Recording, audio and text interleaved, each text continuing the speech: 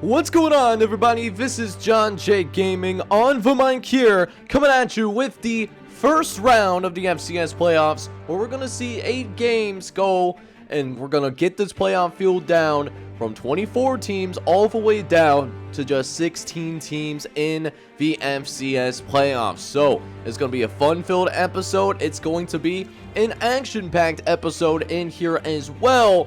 We're going to go ahead and dive right into it. Very first game that we got here for the FCS playoffs, we got James Madison, who comes as the number 17 seed after losing in the ACC Conference Championship to Delaware.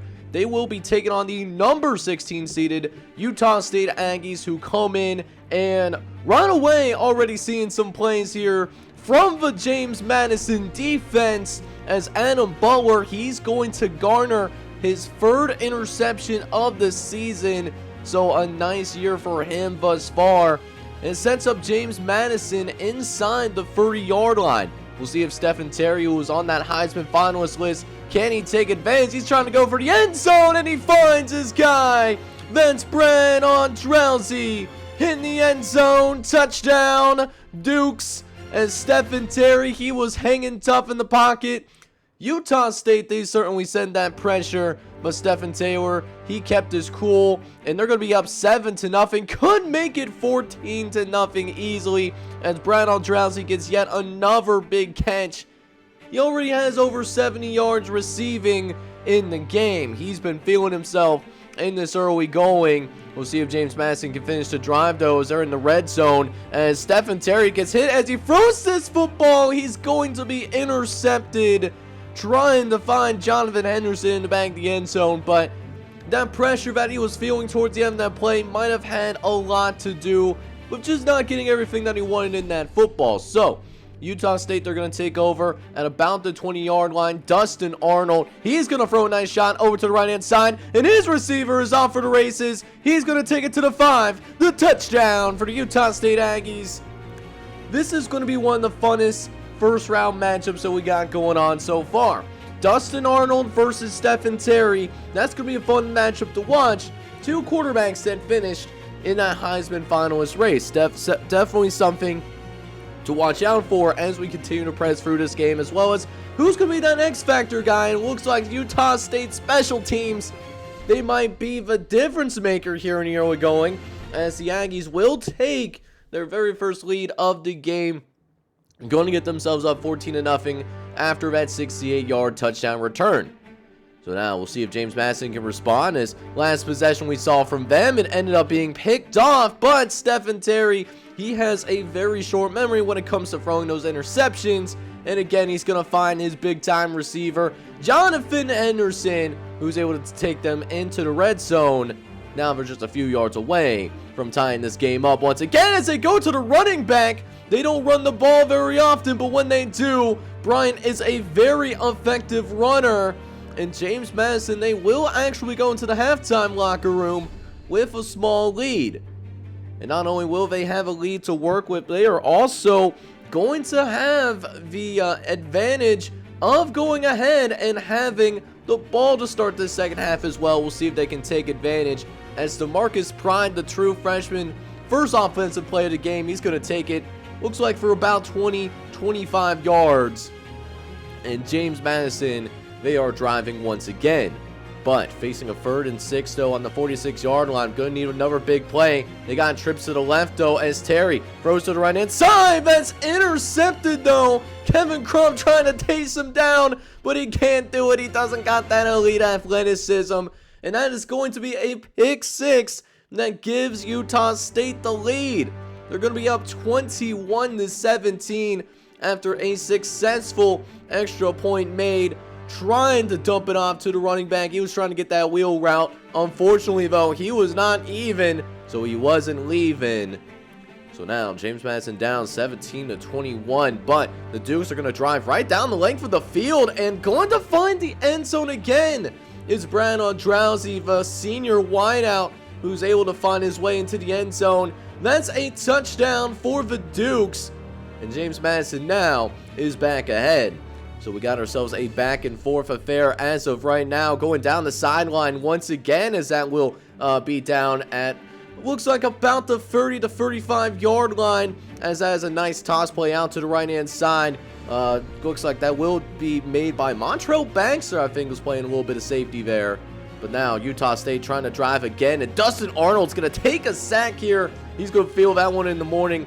Brandon Combs coming in there. He's going to get his 5th sack of the season. And a big time to get that sack as well, as that gives the defense a little bit of breathing room to work with, as Dustin Arnold is sacked again. For second time this drive alone that he ends up getting sacked. And the drive does end up stalling after that. So Utah State, they do have to go ahead. They punt this football away as Brian Aldrowsey tries to return it back. Did not call for a fair catch. And he's going to actually put this football on the ground. Utah State will end up recovering. So that does give him a little bit of new life to work with. Now just 12 yards away from retaking the lead. As Dustin Arnold is going to call his own number. No, he flips at the last second. So a little bit of an assist there as Peterson will be carrying it into the end zone. I thought Dustin Arnold was going to take it in all by himself, but wasn't sure if he was going to get in without taking a huge shot. So, he, took the safe bet, played some unselfish football there. 28-24 is going to be your score, but not for long, though, as Stephen Terry does end up throwing yet another interception. That was DeMarcus Wright that came down from the safety position. He was playing in the box, expecting to run for whatever reason. And that will be a 31-yard return. So, right place, right time for DeMarcus Wright, and Utah State will have their biggest lead of this game. We'll see if Stephen Terry can rally his guys back. Down by 2 possessions now. And essentially just a quarter of football left. We're getting towards the end of the third quarter now. As now, 3rd and 16 from the 31-yard line. Need a big play. Terry hangs in, fires. It's caught in double coverage. The true freshman DeMarcus Pride helping out and making a catch. And it keeps James Madison in a decent spot. Gotta score on this drive though, and they will, as Stephen Terry does end up finding his tight end Kevin Crum, who makes his first big catch of the day today. And a good thing too, because that does make it a 1-possession game. Now they will go for the 2-point conversion, and the 2-point conversion does end up being good. So now 32-35 ends up being your score as of right now. But James Madison will look to retake the lead, and they will do exactly that. Great job there by DeMarcus Pride again. He was able to keep himself in bounds and is able to drive down the length of the field for a second time. Now we'll see James Madison with the lead once again. So 39-35 is your score as Utah State fails to score in the next possession. James Madison can actually put this game on ice, and sure enough, it looks like they will be doing that here, as that's going to be a little 8-yard touchdown run for Marcus Bryant, just trying to run out the rest of his clock. And Utah State had him bottled up. They just never, got their arms around him, unfortunately.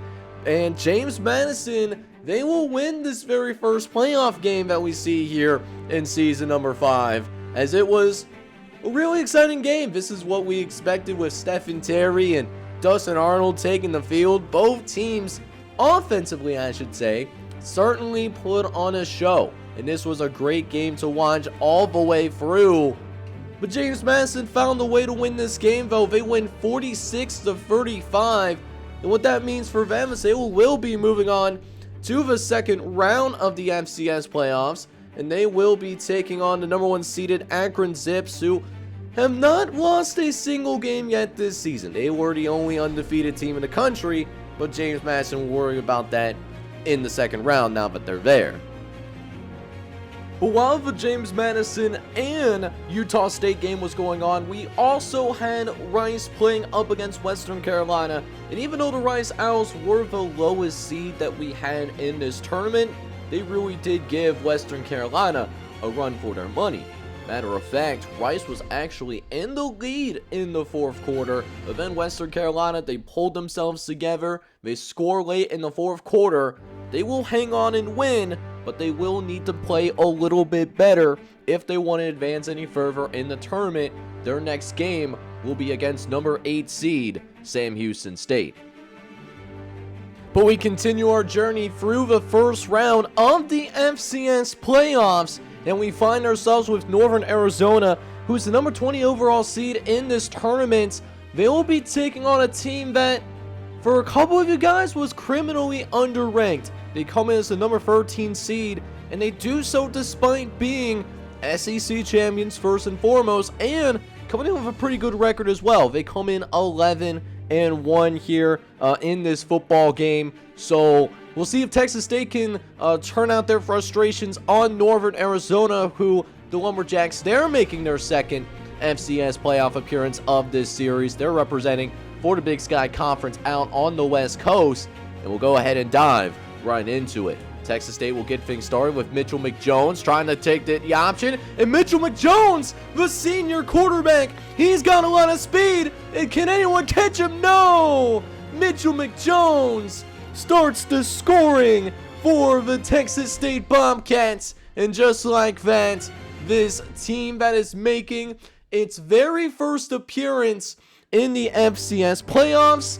they're on the board for the very first time.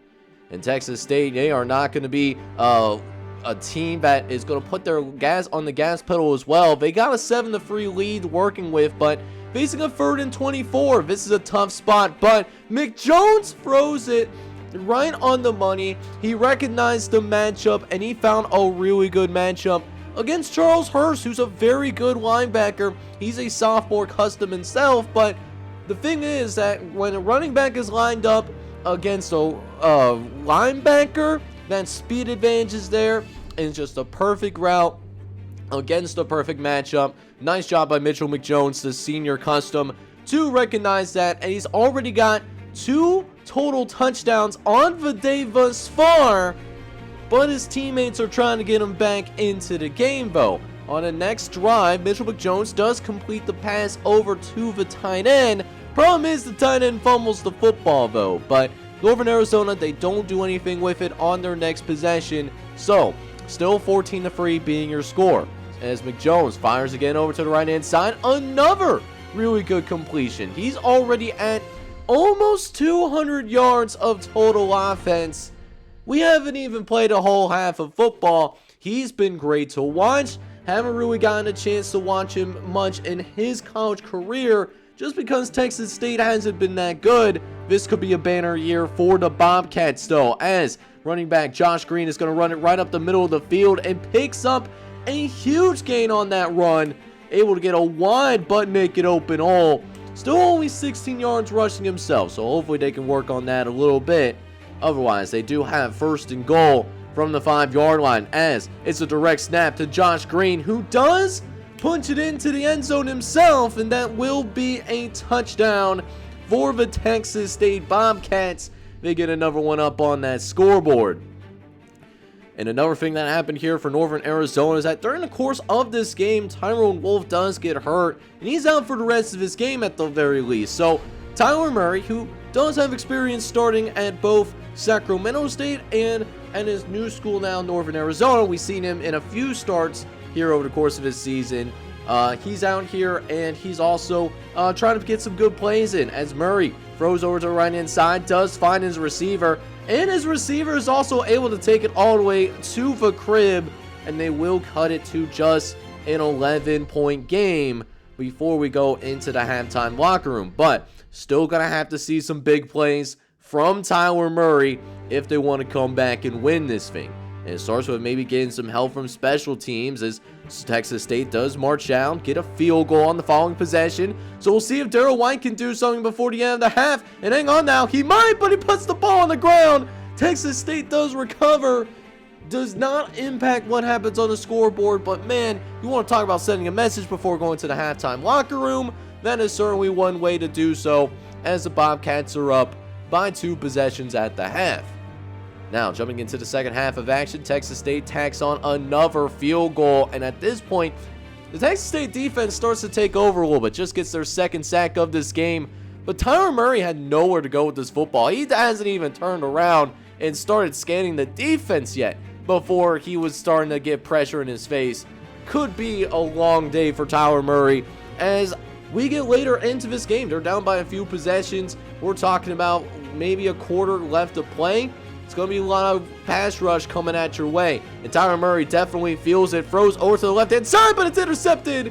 He is going to be picked off here. Not a good look as Tyler Murray throws a bad interception there.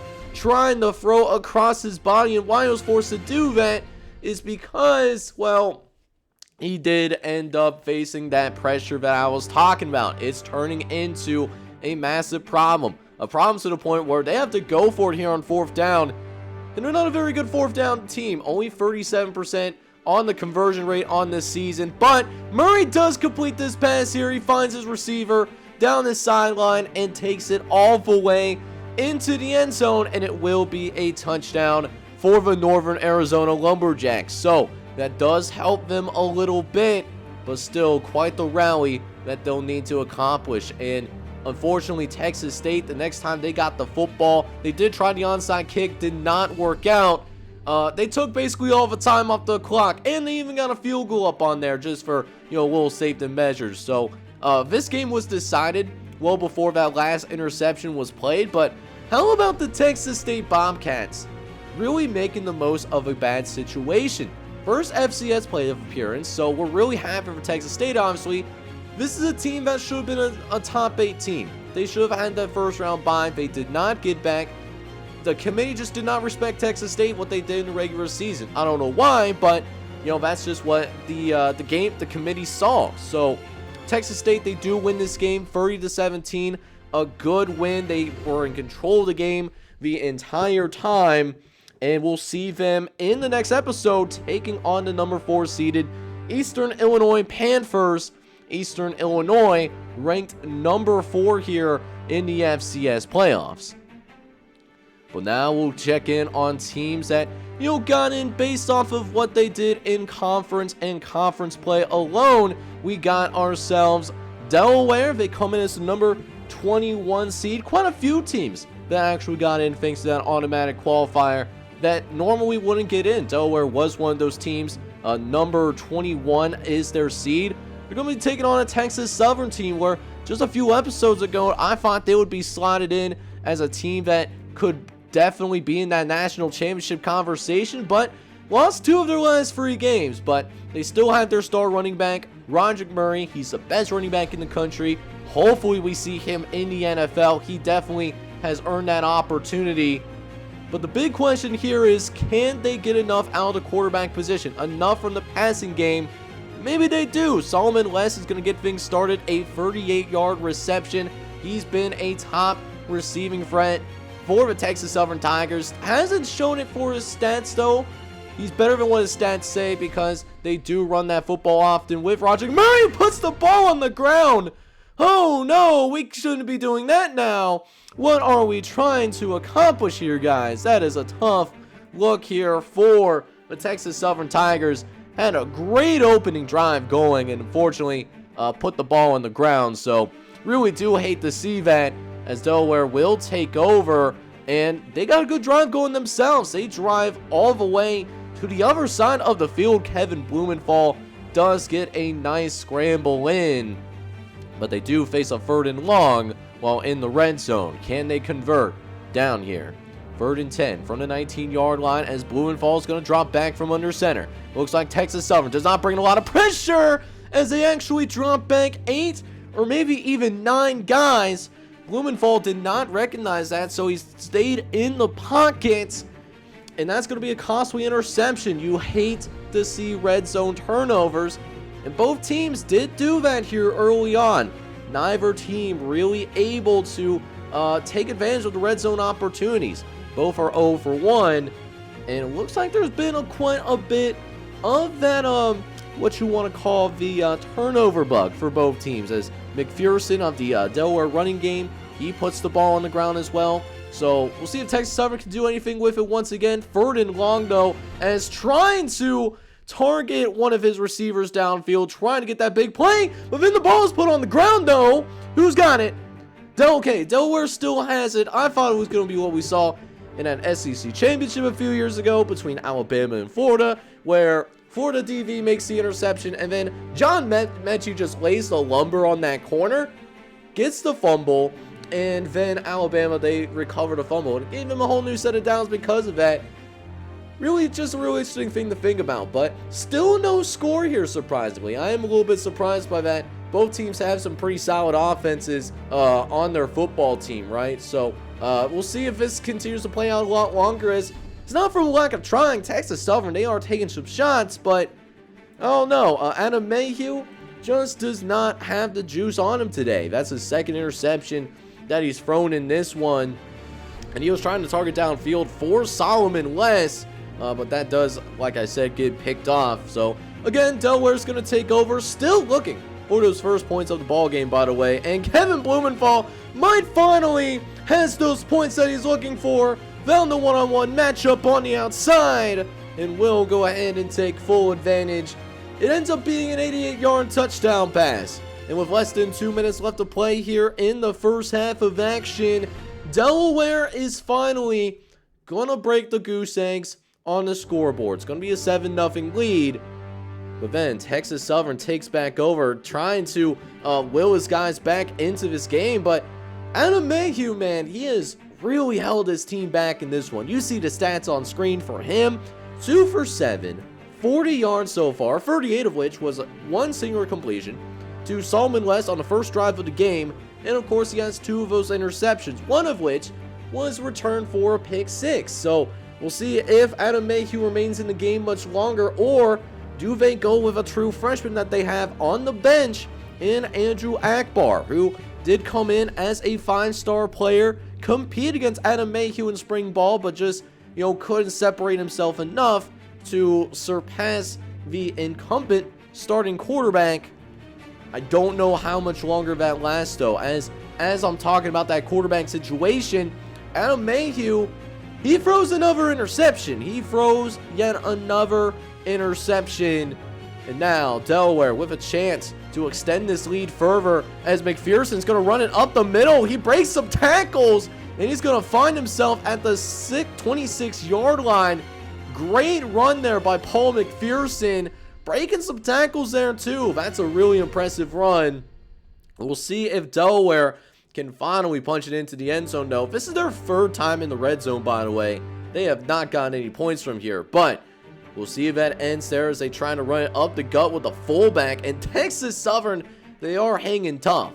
They do have one of the best defenses in the country after all, but Paul McPherson, with a little help of the defensive lineman, ironically. The defensive lineman seems like he came in from behind trying to make that tackle and pushes him into the end zone. So McPherson gets another score. It's 21-0, and we do end up seeing that quarterback change, it turns out. Andrew Akbar does come into the game here, and the true freshman coming in a little bit cold, thought is going to create a spark. Maybe it's just not Texas Southern's day today. This is just not their day. They turn the ball over for the 6th time today. Just sloppy football at the end of the day. I don't know what to say about it. This is just really sloppy football straight up and down, as Delaware will take over again, although deep in their own territory, though, as Blumenthal tries to set up the read option, but bad read on the option, and Blumenthal not only is going to be brought down for a loss there, but he's also going to fumble the football himself, and Texas Southern does recover it. So this is a golden opportunity if you're a Texas Southern Tigers guy. You can finally get some points on the board. You have not scored literally this entire game so far. We'll see if they finally break their goose egg as well, as they look to get it out to Roger Murray, but he puts the ball on the ground again. What is going on with Texas Southern? This has been a terrible performance on the offensive side of the ball for Texas Southern. I mean, Roger Murray has not even had that running room that he usually gets. Only 32 yards off of 13 carries. Delaware has effectively shut him down, and that's really been the difference in this one, as we'll see him take it all the way into the end zone. Touchdown, Blue Hens. Delaware came to play today, and this right here, probably the longest play that we've seen in the FCS playoffs, at least here in year number 5. If you know of any longer plays, though, that happen in previous playoff seasons. Let me know down in the comments, because that is currently escaping me at this moment. But one thing that is not escaping me for sure is that it looks like Delaware, we're going to have our first big upset. Technically, the James Madison Utah State game was an upset, but kind of expected James Madison to win, to be honest. Here, I was not expecting this. Sure, I thought it could be a competitive game. I mean, Delaware, proved that by playing against James Madison the way that they did, but to blow out Texas Southern, man, that is a real shocker. I'll tell you what, I was truly surprised by how this game turned out. Effectively shutting down that Texas Southern running game. They had less than 100 yards on the ground, and that was the difference. That was the real difference in this one. Texas Southern failing to establish themselves on the ground, and Delaware will be moving on to the next round. Now, as for the Big Ten Conference at Ohio Valley that we like to reference, we get a little bit of conference-on-conference violence here. Rare that we see conference teams meeting up this early in the FCS playoffs, but that's just how the bracket broke this year. Eastern Kentucky and Murray State, they're going to play each other in the first round. Two teams that are very familiar with each other because they are in that same Ohio Valley Conference, obviously. But Murray State, they're making their first FCS playoff appearance. They come in as the number 18 overall seed, while we will see them go up against Eastern Kentucky, who does have a little bit more experience in the FCS playoffs. I believe this is their third appearance. They're coming in as the number 15 seed. So I'm curious to see how this game plays out because of how these two teams know each other. I would not be shocked if this is a little bit more of a low-scoring game. Eastern Kentucky likes to go a little bit run-heavy, and I don't see why not. They got a great running back in the backfield in Louis Rosé, who does get the carry, and he's going to spin his way into the end zone. That's a touchdown for the Colonels. Colonels are going to make this a 12-yard touchdown run. You absolutely love to see it. The Colonels taking that 7-0 lead. As now Murray State trying to respond with Brandon McNeil at quarterback, and that is just a bad break, getting tipped up at the line of scrimmage, and we get ourselves a big boy touchdown. You gotta love to see when the big boys not only getting some athletic plays like that, because that's what it truly was. That was a very athletic play that we witnessed right there. But Murray State, they are not going to give up though. Bob McNeil is going to hand the ball off to Johnson, and Johnson will run it into the end zone himself, so it's just a one-possession game. We'll see if that continues through the second quarter of action. McNeil throwing over to the left-hand side. He's looking, and that's going to be intercepted. Same linebacker that was rumbling and stumbling down.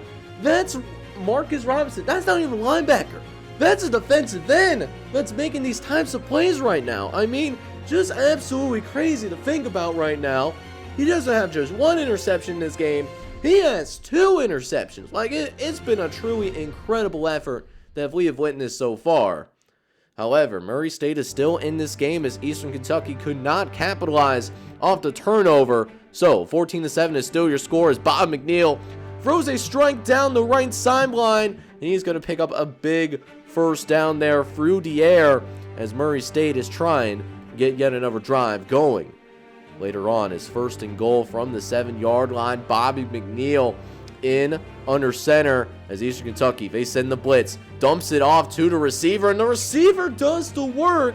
And ladies and gentlemen, we got ourselves a tied football game now, right in the thick of things. 14-17 now, trying to take the lead. Fullback rumbling and stumbling. He's shaking multiple guys before the rest of the Eastern Kentucky defense comes through and finally makes a play on the football there. And it continues really the excellent season that Bobby McNeil has had.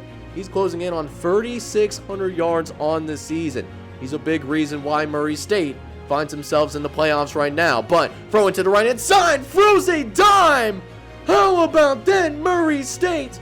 They are taking the lead as Bobby McNeil fires it. We got a 4-point lead on our hands. So now less than 3 minutes left to play here in this ball, at least in this third quarter. We do have another interception on our hands, so Murray State looking like they are just ready to blow this game wide butt naked open right now. That is just what we are looking like here in this first round of the FCS playoffs. But they do not score a touchdown. They only got the field goal. So they're going to be up by one possession as it's 24-17. Can Murray State close it out and win their very first FCS playoff game in this series? Are they capable of doing just that?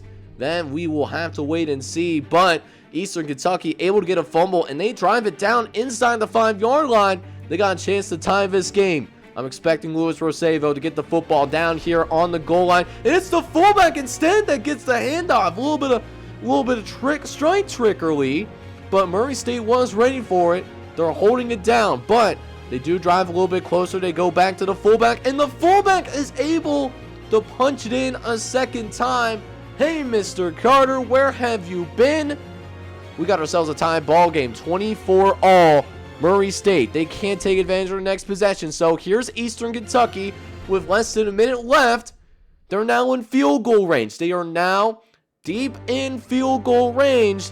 They could run out the rest of this clock if they want to and get that last second field goal up. We'll see if they end up going in that particular direction. 2nd and 7 from the 11-yard line, and it looks like, oh man, Coates is going for it here. Zero's on the, no, there's 1 second left, but Coates just iced the game. Cameron Coates is going to run it into the end zone. Touchdown, Eastern Kentucky. And this was just one of those, no, okay, great play.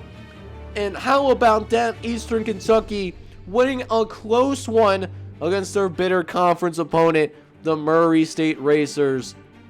Murray State, thanks for playing, and it was a nice playoff experience for your first FCS playoff chance in this series. But Eastern Kentucky, they just have a little bit more experience when dealing with those playoff games, and we saw that happen here on the field. Good win for the Eastern Kentucky Colonels, and we will be seeing them in the second round of the playoffs as Eastern Kentucky got to go play against another conference opponent. They got to take on Tennessee Martin, who got that number 2 overall seed. Should be a very fascinating game to watch when we get to that second round episode here in the FCS Dynasty. So with that being said, we have yet another first round matchup on our hands. You know, I always love those first couple of rounds. Really has that March Madness feel to it, as we're right around the corner from those NCAA brackets being revealed. Probably just a couple of weeks from when I'm recording this video, right? But we got the Brown Bears, who really have been the standard bearer for the Ivy League, as Brown is making their 4th FCS playoff appearance of this series. They will be taking on the North Dakota State Bison in this one, who are back in the playoffs once again. They have been a fixture in the playoffs. They have made the playoffs in all 5 years of the FCS Dynasty. But North Dakota State, not the team that we saw in previous years. They had to struggle a little bit, had to finish the year strong just to get in my opinion. But here they are, number 10 overall seed, and they're taking on this Brown squad that they can't take for granted, and they certainly are not. As opening drive here to North Dakota State Bison, they use that run-heavy offense. Keith doing a great job faking the pitch and just clear some space for him. But this North Dakota State defense, they're going to have to play ready to go, because Brown is capable of putting points on the board. And Justin Finnerty, they must have heard what I said in that playoff bracket reveal episode, kind of previewing this first round game, and they took that personally. North Dakota State's defense took that personally. Opening drive, Brown throws an interception, and North Dakota State a chance to make it 14-0 early, and they will, as well. Ron Montez is going to find the end zone. That's a touchdown for the Bison there. We're talking about a 29-yard strike right off the turnover. The senior, who, by the way, was the very first custom to have a touchdown in this series way back in year number 2 when North Dakota State opened the season against Mid-Tennessee State, back when Mid-Tennessee State was relevant. But that's besides the point, though, as North Dakota State trying to really pound their control over the Brown Bears, but Brown's not going to go down without a fight. They may not have the athletes that North Dakota State has, but Brown, you know what they say about these Ivy schools. They are very smart. They're going to play some disciplined football now. They're not going to be caught with their pants down too often, I would say, as that is going to be yet another turnover for North Dakota State. Just haven't really seen them really take that next step. So 17-0 is still your score, as you're going to see Brown drop back the pass, throw it to the right-hand side is Marcus Patrick. Going to throw that interception, though, trying to target the big-time receivers downfield. And those receivers are just not separating like they usually separate in Ivy League play, for example. So, tough look for the Brown Bears. It's still a 17-0 lead, but we got a fumble on the ground, though. And Brown does recover. And one thing that Brown has been doing relatively well, they have been able to go forward and at least win the turnover battle. They are winning that right now.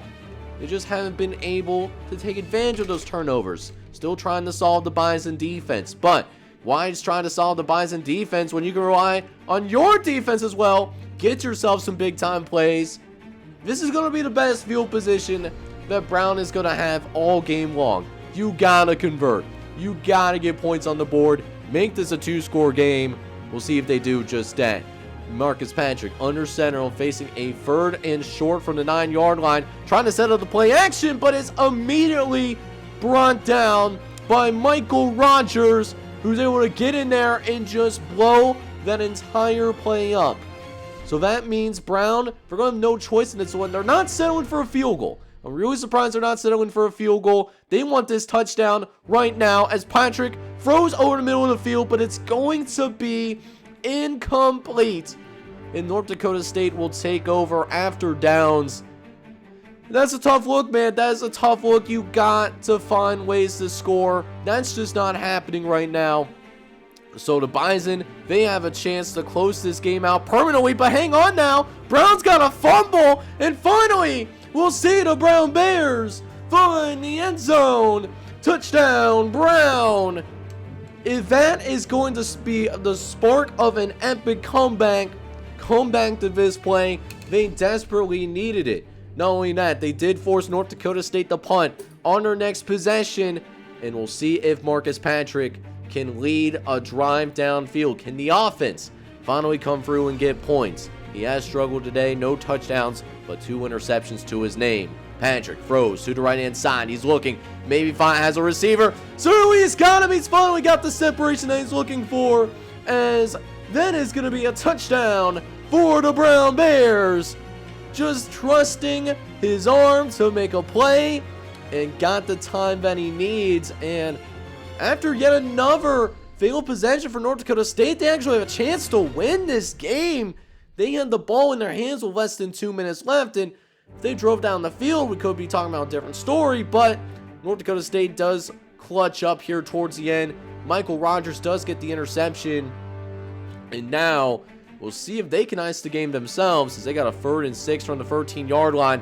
First down will win the game for the Bison, and sure enough, they're going to not only get the first down, but they will also be getting that touchdown as well. 13-yard touchdown run, and I'll tell you what, North Dakota State, they were in for the fight of their lives in this game. But the Bison, they found a way to win. Wasn't the prettiest. They will have to play better if they want to make a deep run into the FCS playoffs. Because next episode, they're going to be taking on Montana. In Montana, they have been playing some great football right now. It was an admirable effort from the Brown Bears, though. It truly was. Just at the end of the day, they are going to just come up a little bit short once again. Another first-round exit for the Ivy League champions, North Dakota State. I will see you in the next episode, taking on the Montana Grizzlies in the round of 16. But now we get farther along into the first round of the FCS playoffs, as we find ourselves with Chattanooga, who does come in as the number 19 overall seed. They will be taking on the San Diego State Aztecs, who come in ranked number 14 here in this FCS playoffs this time around.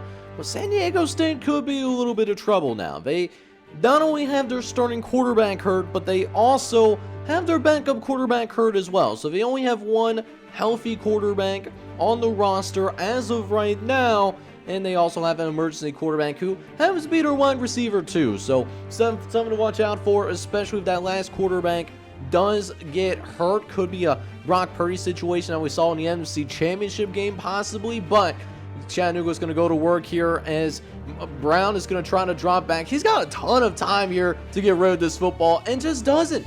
There was just nobody open downfield as Adam Washington will eventually get that play done. He gets a 7th sack of the season. Just really surprised that Samuel Brown just doesn't run it here. Like, he has a bunch of open space, and you know, I've seen that at times with CJ Stroud do that over the regular season, with the exception of the Georgia game. That is one knock on him, but you know, that's for the like the mock drafts I've been doing on the channel, which if you haven't checked those out, definitely make sure to check those out. I might get a little playlist going here on the channel, depending on how many mock drafts I do end up doing. But that being said, it's still tied up 0 apiece. No one has scored in this game, and that's been a very surprising thing to see, just because both these offenses again are pretty good offenses. At least that's what I think with Chattanooga. San Diego State, I'm not as sure, because again, they're with their first string quarterback, but he definitely's got some cojones though, firing up into the air, and it's caught. So Matt Howard gets a big time throw here, and it goes for a completion. Imagine that. That is something to see. So now San Diego State is rolling, getting into Chattanooga territory here late in the second quarter, but it's going to be intercepted. So that turnover was short, or that big play was short-lived. Matt Howard does end up turning the football over and just making a mistake that you expect to see from a first-string quarterback. You don't expect him to, you know, to be playing at this point in the season, but that's just what they got to deal with right now, as Chattanooga will finally break the scoring with less than a couple of minutes left in the first half of action, and that is going to be a 43-yard touchdown return that Chattanooga Mocs, who come in as that number 19 seed, they will go ahead and take that 7-0 lead. We finally got that scoring that we are indeed looking for. So later on in the game, though, 7-3 is still your score. Still a very low-scoring game here, to be honest with you. Samuel Brown's going to try to throw it over to the right-hand side, but ends up getting intercepted, trying to get that pass off to Mike Thomas. That is his favorite receiver, but Matt Carter, hello, Mr. Carter, where have you been? He is going to find the end zone. He's going to get a 40-yard touchdown here, as again, Samuel Brown choosing to not run with the football, trying to pick up those extra yards, won that throw instead, and that was the difference in this one. San Diego State, they end up hanging on in spite of having that first string quarterback. Very low scoring game. Only saw some field goals after that. Really nothing too interesting after that pick six, and Chattanooga, they're going to be knocked down. They lose to a first string quarterback. You hate to see it. You absolutely hate to see it. San Diego State, they're going to be moving on to the next round of the FCS playoffs, where they will be taking on Bruno Baggio and the New Hampshire Wildcats, who are the number 3 seed. But for the final game that we've had here in the first round of the FCS playoffs, we had UNLV, who is the champions of the Mountain West. They took on the number 11 seeded Nicholls State Colonels, and the Colonels started off strong but almost blew it in the fourth quarter. UNLV scores 14 unanswered points in the fourth, yet in spite of that, they did end up falling just short, as Nicholls State wins 34-29, as Nicholls State will also be moving on to the second round of the FCS playoffs. They will be taking on the number 6 seed in Sacramento State. So in this episode, we did end up seeing a couple of surprises, but it's been some very competitive action overall, and I hope that continues as we get a little bit closer to determining who our national champion is going to be. So in the next episode, we will have our second round matchup games, that round of 16, to decide who ends up going to the quarterfinals. And as we get closer to that national championship, the road gets even harder, it gets more intense, and something that you guys love in particular, it gets even more competitive. So guys, I really did hope you enjoyed this first round episode as we kicked off the Year 5 playoffs here in the FCS Dynasty. And if you did, I need you guys to do me a big favor. I need you to hit that like button for me. Also, hit that subscribe button as well if you do happen to be brand new to the channel. This is John J. Gaming on the mic, signing off. Hoping you guys are all out there having a good one. Take care, everybody.